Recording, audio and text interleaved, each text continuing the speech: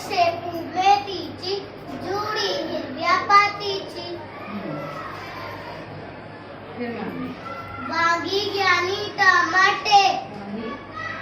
वांगी घ्यानी टमाटे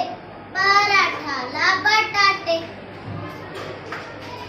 ककडी आणि कोथिंबीर छान होती कोशिंबीर मुला गाजर कांदा आला की हो दादा मिरची तिखट